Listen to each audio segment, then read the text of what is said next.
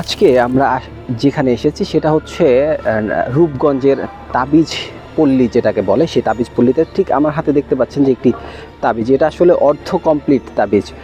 আমি আজকে শুরু থেকে আপনাদেরকে একদম তাবিজ যে তৈরি করে সেই তাবিজের শুরু থেকে কিভাবে তাবিজ তৈরি করে, কিভাবে এর প্রতিটা ধাপ কিভাবে হয় সেই ধাপগুলো আমি আপনাদেরকে আজকে দেখাবো। এর প্রথম ধাপে রয়েছে যে এই ছোট ছোট পিতলের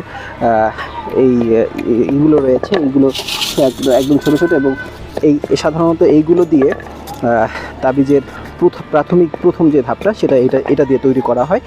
এবং এরপরে একজন মানুষ সে যে এভাবে হাতুড়ি দিয়ে এবং তাবিজের এইগুলো দিয়ে একটা করে তাবিজ তৈরি করে, তাবিজের যে খোলসটা সেটা তৈরি করে। এই যে এভাবে তাবিজের যে খোলসটা এটা তৈরি হয় এখানে, অত্যন্ত পরিশ্রমের কাজ এটি। সেই সকাল থেকে আমরা যখন থেকে এসেছি তখন থেকে দেখছি যে এরকম একজন মানুষ সেই কাজগুলো করছেন।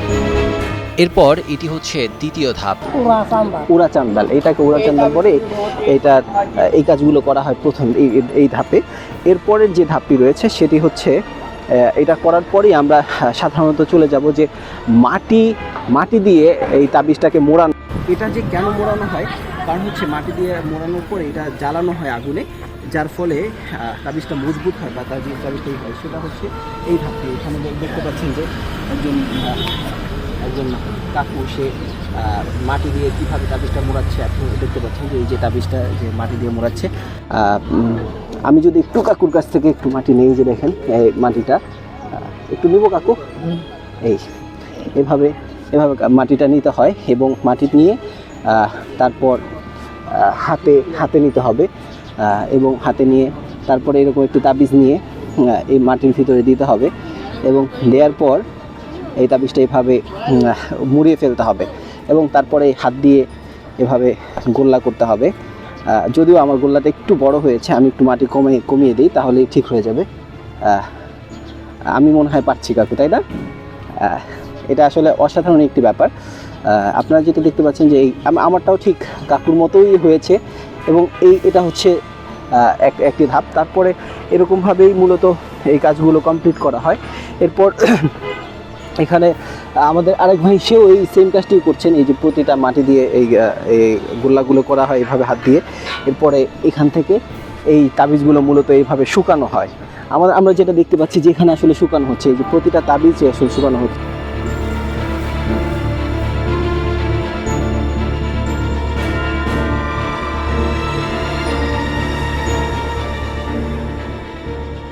এখন যেখানে আসছি সেটা হচ্ছে এই একদম শেষ ধাপের ঠিক আগ মুহূর্তে যখন এইটা আগুনে জ্বালানো হয়।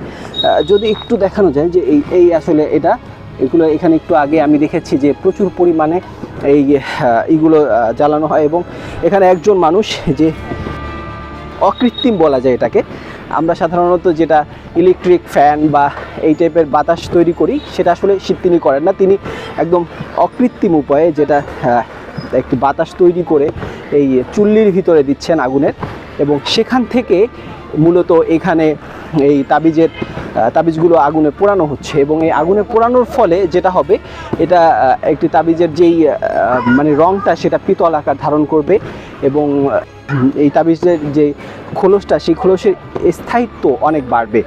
এবং এরপরে যে ধাপটি রয়েছে সেটি হচ্ছে এখান থেকে উঠানোর পরে তাবিজটা ভাঙা হয়।